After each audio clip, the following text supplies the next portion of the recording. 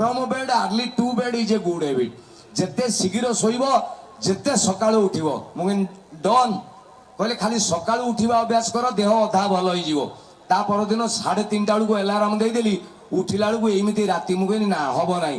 1.5 ଘଣ୍ଟା ଖଣ୍ଡେ ବୁଲାବୁଲି କଲି 4:30 ବେଳେ ବାହାରିଲି ଘରୁ ରେଡି ପେଣ୍ଟିଂ ଫେଣ୍ଟିଂ ହେଇକି ବାହାରିଗଲାକୁ ଦୁଆର ମୁହଁ 5ଟା ଜଷ୍ଟ ଗୋଟେ ଖାଲି ରାସ୍ତାରେ ମୁଁ 2 କିଲୋମିଟର ଖଣ୍ଡେ ଚାଲିକି ଯାଇଛି। ଯୋଉଦିନ ସାମଦେବ ବାବା କହିଲେ ତା ପରଦିନ ସକାଳେ ଜଷ୍ଟ 2 କିଲୋମିଟର ଖଣ୍ଡେ ଯାଇଛି ଚାଲି ଚାଲି ଏକେଟିଆ ଯାଉଛି।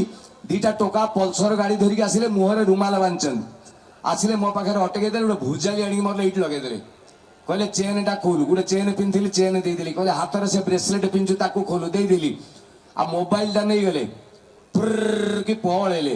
ମୁଁ ସେଇଠୁ ଆଉ ଚାଲିଲିନି ମୁଁ ସେଇ ସାମଦେବ ବାବାଙ୍କ ପାଖକୁ ଆସିଲି। ମୁଁ କହିଲି ବାବା ତମେ କାଲି ମତେ କହିଥିଲ ଯେତେ ସକାଳୁ ଉଠିବ ସେତେ ଲାଭ।